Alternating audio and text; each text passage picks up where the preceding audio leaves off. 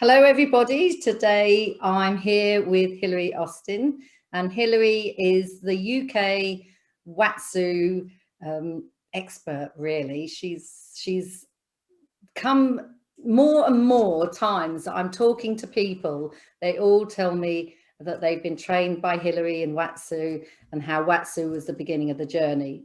So there was only one thing that we could do there, and that was to actually invite Hilary to have a chat with us. So grab a cup of tea, cup of coffee, whatever you feel like and fancy, and have a listen to Hilary and myself having a chat this morning. So hi, Hilary. Hi Lynda. Lovely to have you here today. So Hilary, tell us a little bit, as I just introduced you and said that you have a big name in Watsu here in the UK. So what started your journey into this field? Well, thank you. It was a long time ago now. My background is I was trained as an Alexander technique teacher, which was 28 years ago now, almost 30 years ago. And that was a 3-year full-time training based on postural re-education. And it was just during that time when I was very fascinated by bodywork. It started to really introduce this amazing thing that we're walking around in. And I was reading an article. I've got a magazine called Kindred Spirit, and I was reading an article. This is pre-internet, pre-everything. And I saw this article about Watsu and these photographs, and it just looked so amazing, so blissful. The photographs just looked graceful and blissful. Mm-hmm. And the Alexander technique is very much about a hands-on technique, which is very non-doing, but intentional and cooperative. And I could see that there was something like that going on in the water. And when I read the article, it was clear that the background to this work, which is Zen Shiatsu, which I can talk about a bit if you like, is a very open, questioning way of working with the body. What does the body want? What's wanting to happen here? And so that's what drew me in. And the article featured a couple in Devon. So I went down there and spent 4 days with them, and I had a Watsu every day for 4 days in an old people's home. They had a warm pool that they used there. It was Totnes. And after the 4th day, it was like, okay, I want to know everything about this. Teach me everything you know. Mm-hmm. And it was very clear. They said, okay, come tomorrow and we'll give you a little bit of teaching. And I thought, yeah, this looks easy. I can do this. And very quickly, I realized that there's a lot more skill involved in the process of floating someone safely and beautifully in the water. And then they said, well, really, you should go to, they were the only people doing it at the time. Nobody had heard of it. So this was 1995. Wow. And they said, well, you should get Harold's book. The originator of Watsu is a man called Harold Dahl, who sadly passed away quite recently. And he was American, basing his work. He lived in Harbin Hot Springs, California. And so he was a Zen Shiatsu master. And he started practicing some of the moves and stretches of Zen Shiatsu in the warm water. And he realized that he could move a body in ways that weren't so possible on land. And there were ways that the body could get very beautifully articulated and manipulated. And so he just started from there. And they said, well, you should really read his book, Harold's book. He started in the late 80s. And then, go to California. And so it was a year before I did that. I did at 96, go to California. I got on their I got their newsletter. So I was aware of courses that were only running there at the time. And I joined a 100-hour training course with a woman called Elaine Marie, who worked directly with Harold. Mm-hmm. It was a very feminine way of working. And that's what hooked me in. It was like, I loved it. I just loved it. It was a modality that I felt was different, but also profoundly comprehensive in ways that I'd never come across before. Excellent. So that's what started me off. I went to Harbour Hot Springs and trained with the people that started it, with Harold. Fabulous. Eventually with Harold. Fabulous. So I came back in 96. I came back to England. Mm-hmm. I thought, right now, I just want to do this. I just, get me bodies. But of course, it was very clear I needed a warm water pool. Yeah. And it took me 2 years to find. And in the meantime, I went back to California and trained directly with Harold Dahl, doing Watsu 1, Watsu 2, Watsu 3, and then other courses. I really maxed it. I went to Hawaii, I learned water dance on that same trip. When you're there, do it all, Yeah. So that's what got me into it over 20 years ago. And then I trained as an instructor in the very first Watsu instructors training in the world. And I was the only Brit. So I have the honor of being the first UK Watsu instructor. And that was in 1999. So that's amazing. Absolutely amazing. So once you were sort of like doing it, and I think, that is one of the problems that we have here in the UK is the lack of warm pools, isn't it? That it does sort of like hold back on a lot of things for the therapy, because you need that therapeutic warm water. So what journey then did you take with it? So you trained, you'd become an instructor as well. What happened next? Wow. Well, then it was the search for pools. And I was really on it. But of course, we didn't have internet, we didn't have Google. And it seemed to me that the most obvious place for warm pools, hydrotherapy pools, was hospitals. Yeah. So I was living in London at the time. So I phoned around different hospitals, and they didn't want to know, basically, because I'm not a clinician, I'm not a physiotherapist. So I wasn't part of that world. So I just wasn't let in. And so that was in, I guess 98. But ironically, several years later, I was starting to be invited in. Yes. Through this other journey. So what happened was I eventually found a pool in a disability centre in Westbourne Grove in London, West London. And I managed to, it was always really a battle just to see if I could get use of the pool. And then there were all sorts of bureaucratic mountains to climb. Eventually, though, they let me use the pool as long as there was a physio present at the side of the pool. And it so happened that I did get one, I'd get clients, take them in there, do sessions, and she would be watching. And she happened to be part of the hydrotherapy study group for the whole of the UK. And they were having a conference.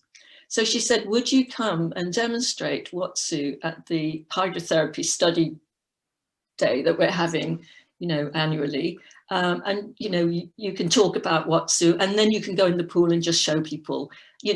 I think I was like the light relief for the whole conference.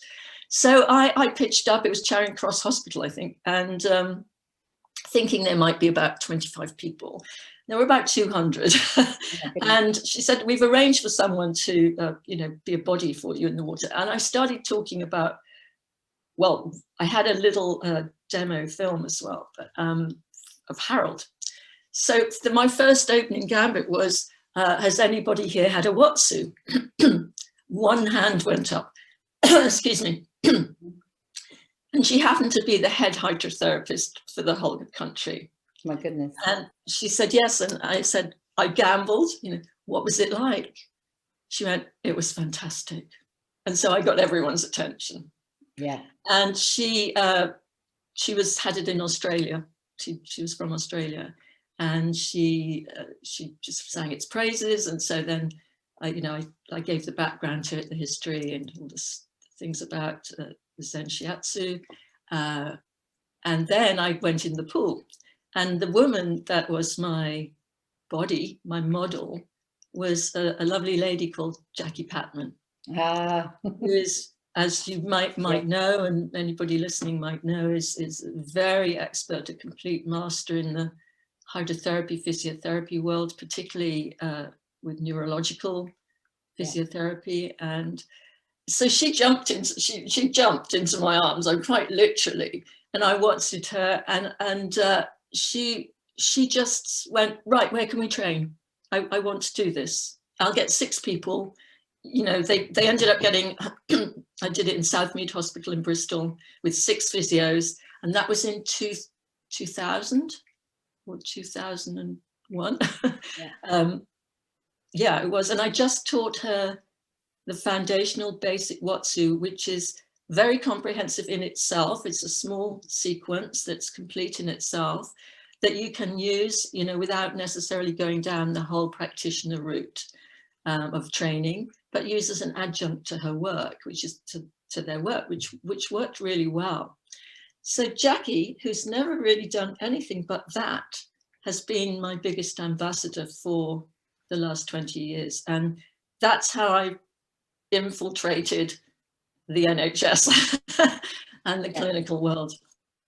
And so basically they organized trainings in hospitals, and I went along and trained a small group of physios, usually up to 6, and they would then go ahead and use it in their own way as a way of relaxing patients. And they found, they were giving me feedback, they were saying, you know, nearly everyone that they tried this with came back with some beautiful feedback.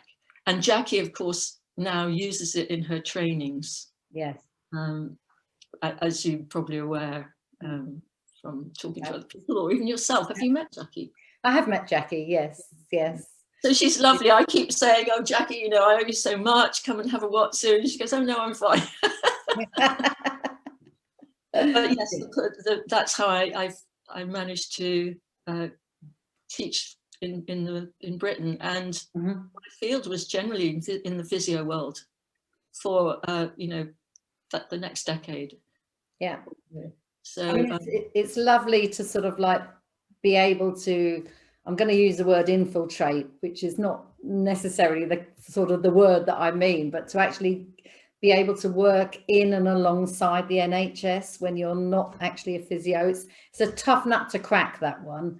But I do personally feel that there is a massive opportunity for people to actually work either alongside or take over where the physios leave off. You know, if they've got the training, if they have this sort of therapeutic understanding, even if they haven't got sort of like the physio depth, but a therapeutic understanding, it can work alongside so beautifully. Because, you know, unfortunately, the NHS does only give us a certain amount of treatments and everything. So to sort of pick up the gauntlet and then be able to help people thereon, I think is phenomenal and very, you know, a very worthwhile transitioning career, especially for people that are water people, because you've got to love being in the water yourself. I mean, that's the other thing, isn't it? You've got to actually love being in the water yourself to be able to treat people in the water, because you're usually in there a long time. Yes, and warm water. I mean, who doesn't like warm water? But, you know, the biggest feedback I got from them was that it really improved their handling skills. So even if they didn't necessarily do a lot of Watsu, their levels of sensitivity and awareness and care with the people that they probably only had 10 minutes with, you know, that's the thing with the NHS, is they don't have a lot of time. No. But, you know, in a very short time, they could get good, you know, help relax. Yes, and that's something that we don't tend to do anymore. I think, you know, the world has become such a fast, well, except for this year, but the world has become such a fast place. But this year is very different. So though we haven't got the speed of how the world we're all living our lives, there's the stress and the anxiety that COVID has brought to people. So I think, you know, the idea of that deep relaxation that you can get in the pool is just phenomenal. Yes, yeah, you're right. I mean, it's one of the things that it is a huge benefit, is decreasing stress and anxiety, because in warm water the muscles can relax, the body relaxes. It's if you're in water that's the correct temperature, there's a thermal neutrality. In other words, the body's not trying to fight to get warm or fight to keep cool. So the body relaxes, the heart rate drops, there's the brain's rhythms change, and then added to that mix is the holding. Yes. And that's what makes Watsu unique. Yeah. Is this very lovely close holding. Unconditional. Nurturing, yeah. Very nice. So with once you'd sort of started teaching and you've sort of infiltrated the NHS, you know, so what happened there? Where you know, what other things have you been doing? Well, I also taught lay people, but generally the venues I used were clinical. So I also taught in hospices and special needs schools and spas. I did some trainings actually I went to Thailand and trained in a beautiful spa called Shiva Som, which was a health resort, high-end. So I started to introduce it to other parts of the world as well. So as a result of that, they actually built a dedicated Watsu pool in their venue. I worked in the Maldives for Six Senses Spa.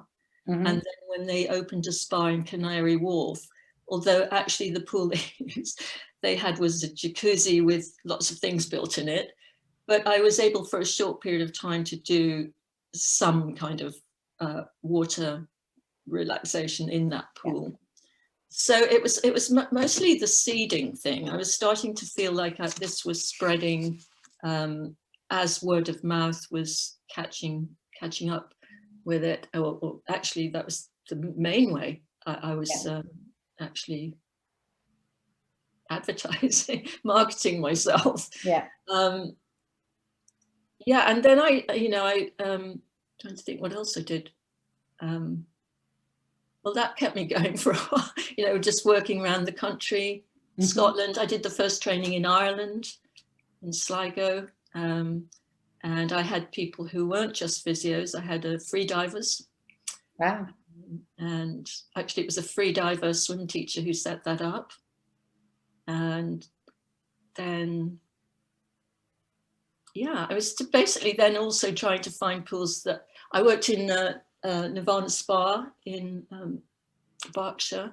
So I used that pool for private sessions in their Pulsate Aqua Therapy. They had a huge aqua studio, which I'm not using now, but for a long time I did do sessions there, so private sessions. So they also set that area up for physios eventually. So it did get a little bit difficult and they put lanes in there. Huge pool though, and wonderfully looked after, beautiful water. Really, it was spring water that was UV cleaned, ozonated. So not industrial strength chlorine, which is a general thing. Very nice, very nice. So how do you sort of incorporate the Alexander technique with your Watsu? How do you sort of like mold the two together?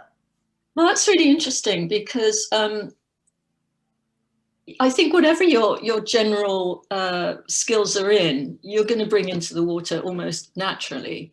But I noticed that certainly with the support of the head neck-back relationship in the horizontal in the water is very informed by a very good support of the head so that it lengthens out of the spine and that moves, take the spine and take the body into a lengthened place. That's very in line with the Alexander technique. And also I like to get people, any water person who's coming in the water, to actually feel the difference between gravity on land and then the weightlessness and the support of the water, which moves the center of gravity up from below the navel to the heart in that chest deep water. So I would often spend time in the trainings just getting students to walk down the steps and feel in their own body the effects of water, the effects of that support and that surrounding weightlessness. But also, if you're giving a Watsu, you have to learn to have very good footwork. So you have to have very good body mechanics in the water. So if you have good body mechanics on land, that transfers into the water, and it transfers to the person that's in your arms. Yeah. The Alexander technique is a hands-on transmission and education. It's basically a form of education.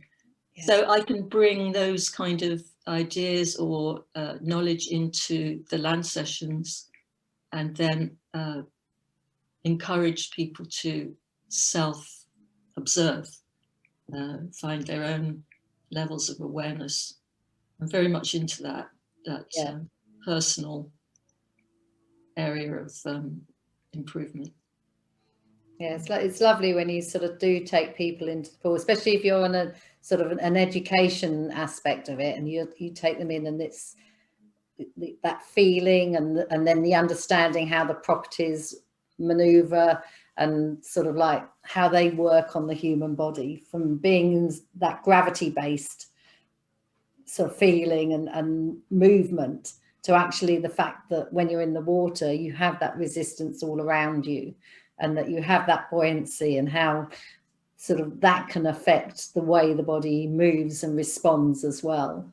Absolutely, because the resistance and the flotation are what create all the benefits, a lot of the benefits. Yeah. And interestingly, I mean, you might ask, I know that you asked me what went on from that, what followed on from that. And it was a direct result of floating someone with a head in one hand and the sacrum under the other, and feeling that there was an internal movement going on, that not just the external, what the body was feeling and moving on in the gross sense, but I was starting to feel movement occurring, which was involuntary internally. So the physiology was responding internally. And it was that curiosity of, I'm not doing this. Something is doing this. Some intelligence here is finding its way through the flow, through this fluid environment, that got me into craniosacral therapy. So this idea of listening for the fluid tides within the body, within the system, took me into my next sort of evolution of discoveries and exploration. So the water really has taught me a lot, and still does, as you know. Yeah, I think we're always learning. But tell me a little bit about this craniosacral sort of findings and training then that you went on to do. Yes, well, I trained, when was it? 16 years ago, in London, in a form called biodynamic craniosacral therapy, which was evolved out of osteopathy. And I trained with one of the originators of that, Franklin Sills, who has an institute in Devon, but he was a co-director with another Michael Keane. So I trained in London over 2 years, and it was a very, very subtle form of listening, hands-on, very gentle. There was no heavy manipulation, but based on the idea that the system could express in many levels, from the bones moving down to the tissues and the cells. And underneath all that is a sort of breath of life.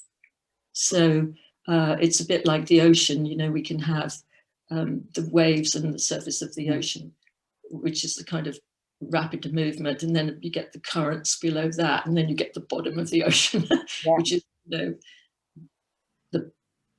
the source of all of it. So I kind of it was a comprehensive training, and I still do that now. That's kind of my land-based work now. So if we ever get to touch anyone again, yes, yeah. Oh, it's very weird. I am actually doing trained to do online sessions in that. So that's just the latest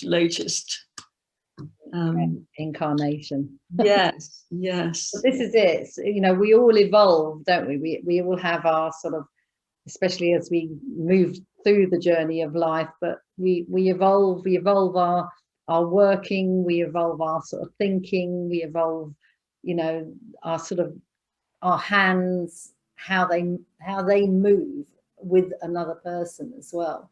So we sort of do our training, but that's really only the very, very, very beginning of the journey, I think. Yes, and of course it constantly, you know, learning, because other people bring so much to, and the water world has got all of these different facets. Whatever you can do on land, you could basically take, you know, yoga and Tai Chi and things like that have evolved into the water, and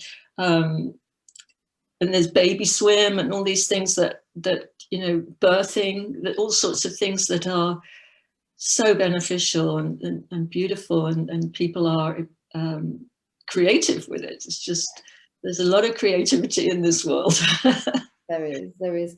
I always think it very, very sad, and it's one of the things that I've sort of, I suppose I've said every single lecture that I've ever given when I've taught on aquatic fitness. I've said the sad thing is when you go to a leisure centre, you'll have a massive list of classes that are on land, and then in the pool it'll just have like Aqua, and they sort of like explore all the opportunities and all the different types of classes that there can be. I mean, it is slowly changing. You know, we have got the Aqua Zumba now, which is still tends to be down the fitness route. Yes. But I say, you know, a lot of the people that come to the Aqua classes are people that maybe are, you know, a little bit later in their life. They're the ones that are sort of regular and everything. They're the bread and butter of the classes.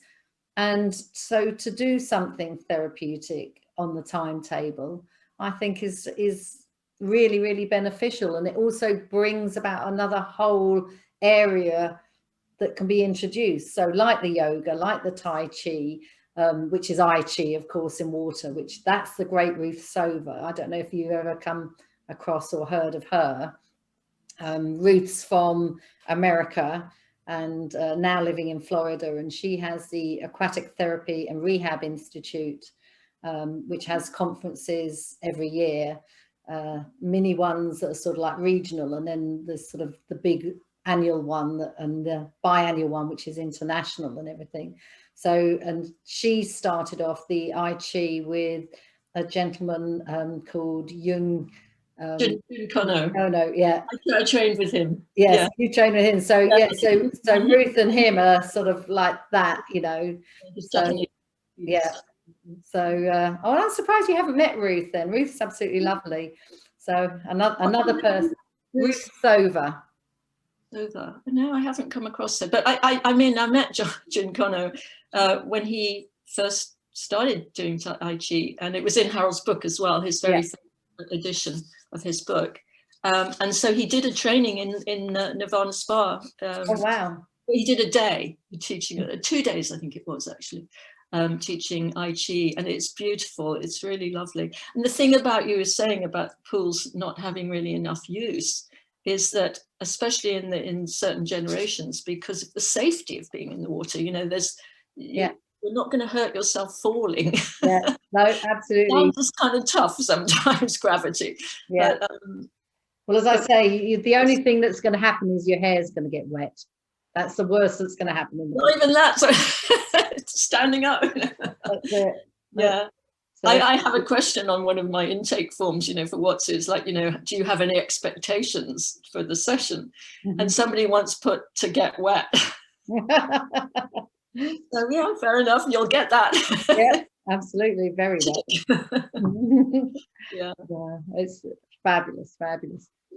Okay, so all right, so to take it into a completely different direction, how do you think now, because you were saying that you're doing some of your stuff online, how do you think that maybe we can sort of like, you know, think about aquatic stuff online? That's a real tough one, isn't it? So it's a good question. It's a very good question. You know, I mean, it's all in the preparation, I would imagine. You know, you can't give people the experience of being in water unless you're in water. But I guess you can do a lot of background help and body mechanics on land. So, some certain things that you need in the knowledge of working with another person, you know, just being in contact with others. You're more of an expert at this than me. I need to ask you that question. Yeah. Well, I was just thinking, because whilst you were answering, I was also thinking, you know, if the roles have been switched and you'd asked me, and I was thinking that now I'm hearing a lot more of people that have either bought their own sort of jacuzzi tubs or home pools, you know, that seems to be becoming a lot more accessible. So I know that there's the physio who's set up doing, can't think what his name is, but he's got a program now that goes onto like an iPad, and you take this iPad onto poolside and you do your exercises and things. Yeah. So I think there is going to come, there is going to be a virtual way of teaching sort of people on pools. I mean, yes, you can't sort of do the hands-on stuff. And I, like yourself, I am a hands-on girl. I do like to be sort of with my clients and sort of, you know, put this in, do this, do that, do the other when I'm exercising. And then when I'm doing the sort of the manual treatment, to be again cradling them. So it's that bit we can't change. And I think there's always going to be a need for that bit anyway. But I just think, you know, people are buying their own pools. Can we do like a Zoom with them in the pool? And actually we'll have to change our verbal teaching and our verbal cueing, you know, to sort of like to get them to be able to maybe do some sort of like rehabilitation in their own hot tubs.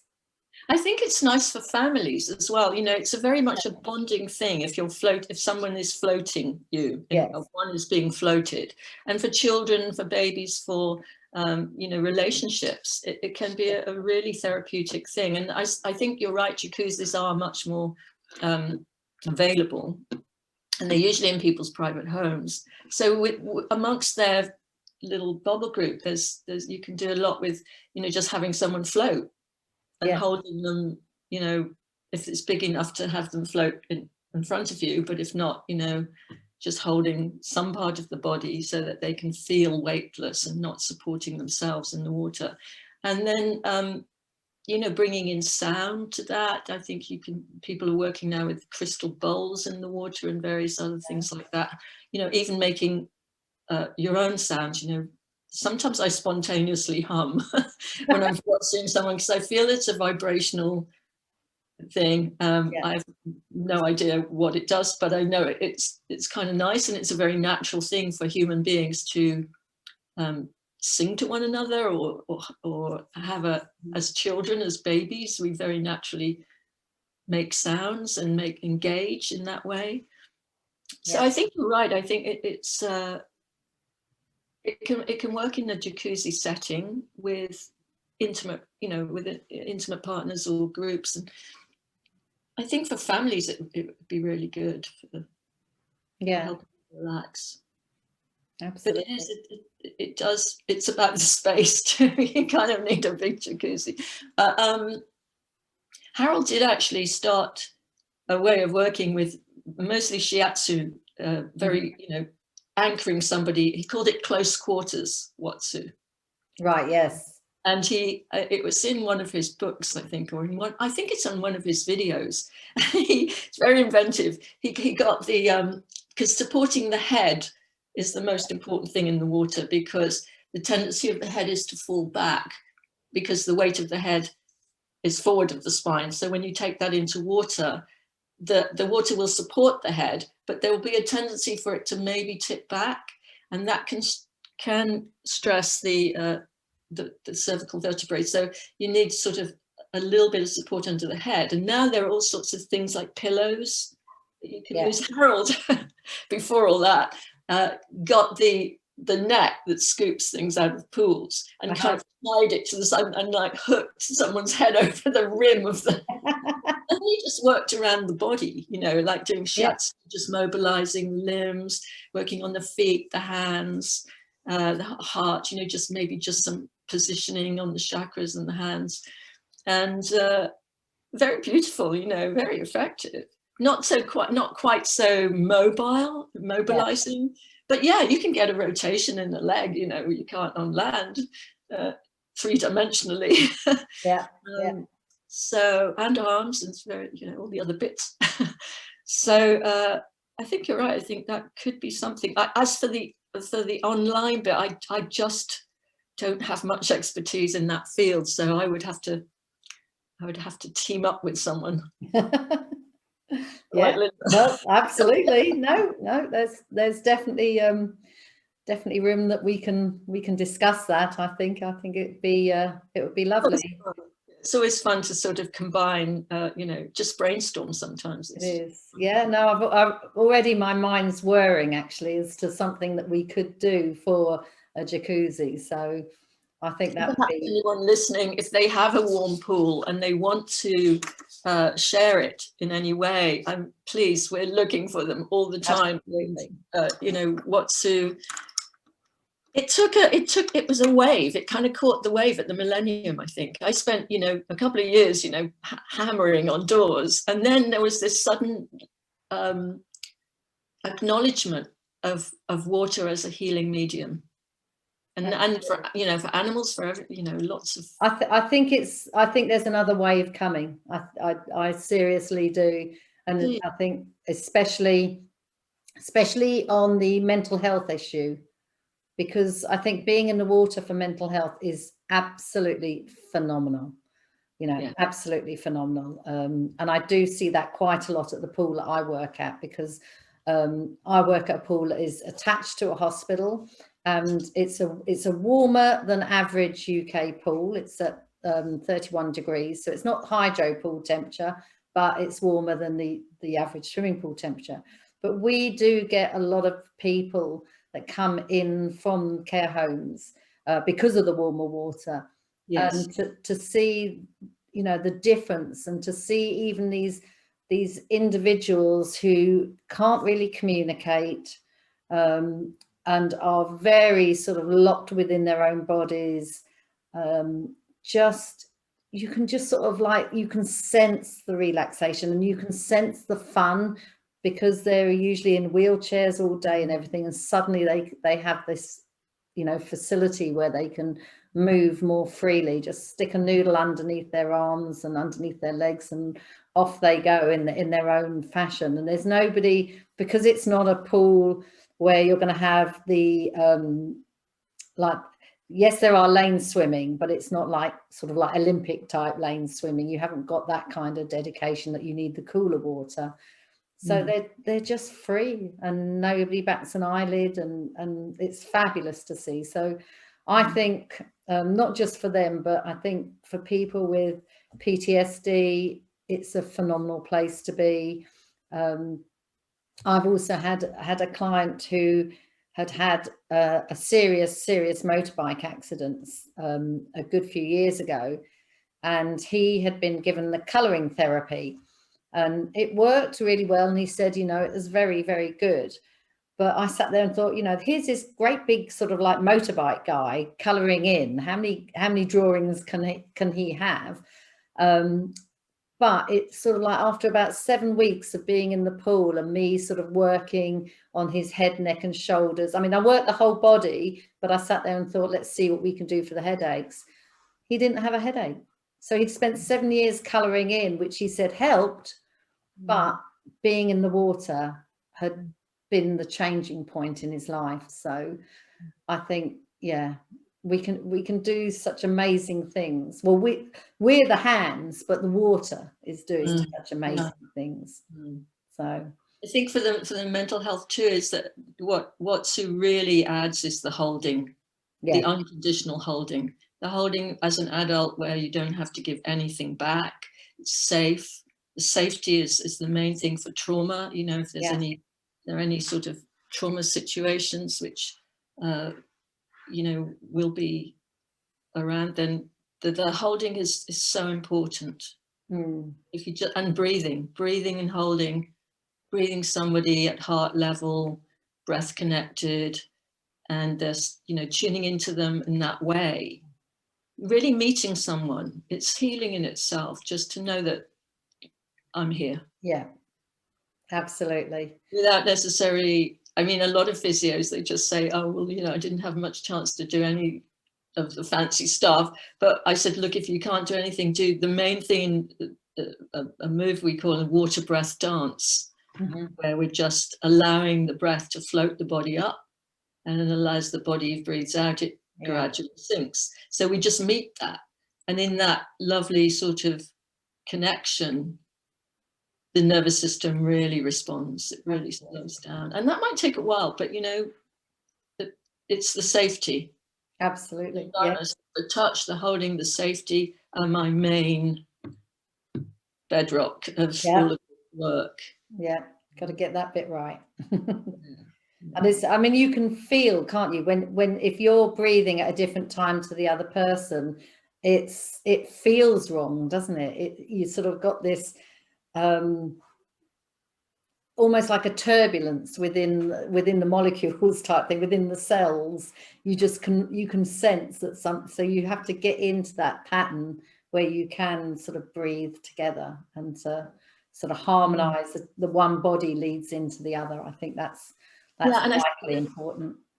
Yeah, sorry, I'm interrupting you. Yeah, it's there's something called entrainment as well, where when you really slow your own heart rhythms down, your own breath down, there's an entrainment that occurs, that their system entrains with your system. So you know, the giver can work very much with their own breath, and eventually that there'll be an alignment somewhere along the line, and it might not happen straight away. We accept everybody as they are. We're not trying to make them be anything that they're not, but you know, the system recognizes harmony and wants to find it. So yeah, it's beautiful work. Fabulous.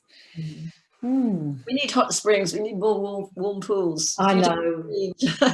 I mean, it's very sad in a way that we don't have it here in the UK as much. You sort of go across the world and there's, you know, like America, they've all got pools. There's pools everywhere type thing, and they're very accepting of it. We are a little bit reserved here in the UK. Yeah, tell me about it. I spent, you know, quite a long time saying I do this thing. Actually, when I started working at the spa, and I'd be one end of, like, barriered off just with a float thing. So I'd use one end of the pool and the rest was a jacuzzi, and it was quite, you know, but they turned off the jacuzzi's one end, and the members would be, the members of the club, the private health club, would be in the pool and coming and going, because there was also a sauna and steam room in there. Beautiful place. And when I first went there, when they first let me use the pool, they said, you know, the manager came up to me after the first session and said, oh, you know, the members don't like it. They don't like what you're doing at the other end of the pool. I went, oh, gosh, I'm surprised about that. And then I said, well, look, I think they don't like what I'm doing because they don't know what I'm doing. Yeah. And then if somebody doesn't know something, they'll often project onto that activity whatever fears they may have or not, but, you know, it seemed like that might be the case. So I said, here's what we'll do. And, you know, let's experiment with this. I'm going to put a lot of information. I've laminated it, put, you know, what I'm doing, photographs and explaining it. I'm going to put that at the other end of the pool where people come in and they can pick it up and have a look. And if anyone complains after that, I'm happy to stop. You know, I will bow to the general consensus. Not one person after that said anything. In fact, the opposite. They were going, oh, that looks interesting. Yeah. And sometimes they would, you know, talk to the person who'd received afterwards, or me, and, you know, where can we, you know, can we have this? So, yeah, it's very much about, we're a country of traditions, and we're not used to sort of new innovative things from California. So it takes us a while, you know, to get around to it. And then when we do, we're very good that we kind of embrace it then, but it can have a delayed effect. Also, we're not so much a spa culture as the rest of Europe and the world, in that we don't have a culture of going to warm pools and soaking. No, Japan or in Eastern European countries, which very much did hot springs and hot water, mineral water, very, very geared up to clinics and healing. And there's that culture of going there to soak, just sit in the water, not to splash around and do lots of things. And in America, there are a lot more hot springs, so there are a lot more natural environments. New Zealand, Italy, you know, it's stock full of them. So Harold did a lot of teaching in Italy every year. He'd spend 6 weeks in Italy. So Italy has more instructors and practitioners, I think, than anyone. Yes, yeah. Nice if you can. I want to go to Italy. Absolutely. Maybe not now, but yeah, it'll come. It'll come back. But yeah. Okay. So if you were in the pool and it wasn't necessarily Watsu that you're doing, because you don't really use any equipment with Watsu, do you? Well, we do have aids and flotation aids. Yeah. Usually a float wrap around some part of the leg, because generally, unless you're a body type that's a very floaty body type, generally the part of the body that floats the most is the chest, where the air is, makes sense, and the part that sinks the most is the legs. So if we're floating someone and we don't want it to be too much hydrodynamism to keep the body floating, if we want to have some stillness and the hands at another part of the body, then the float wraps that we use, we put around the legs. They're sort of, I mean, we call them floats. Yeah.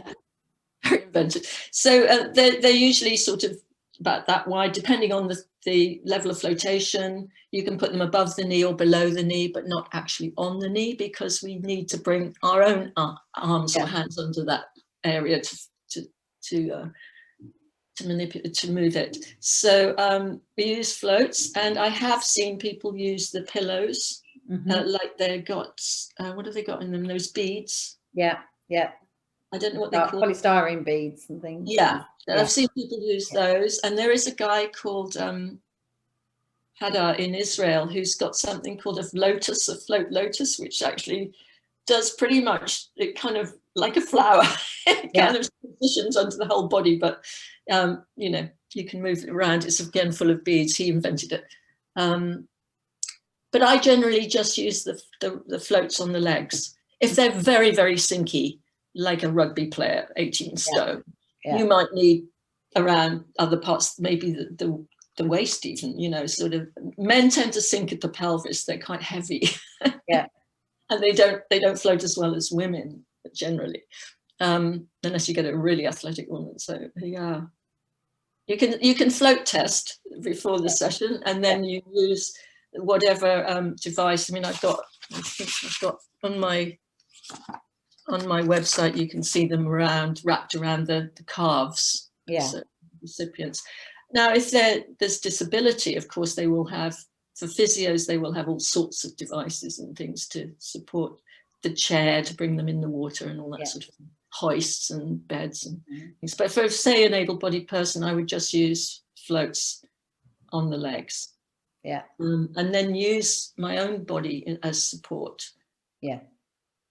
And the contact is continuous from beginning to end, even if it can seem sometimes one wants to disappear. Like if you're very skilled, you can be supporting and give the sense of that person being autonomous in the water in just a free floaty way.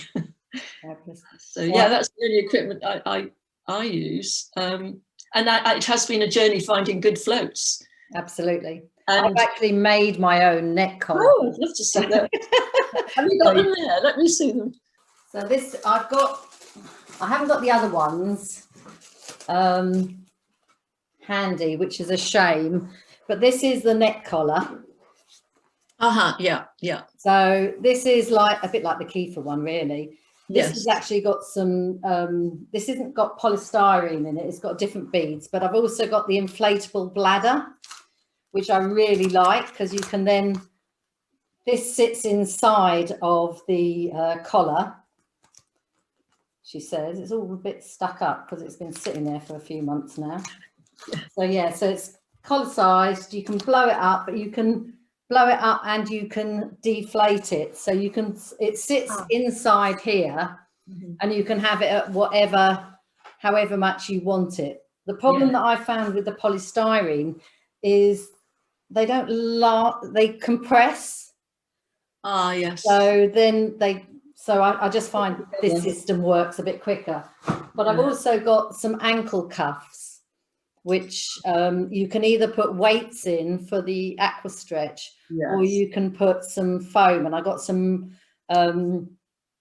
sort of like some special foam, which is like a marine foam, so it doesn't go moldy and it doesn't get all nasty. So you can actually either have it as a weight to anchor you down, or you can have it as a flotation aid, which can go above the knee or below the knee, or on the, so again, same sort of thing. So multi-purpose was what I was aiming for.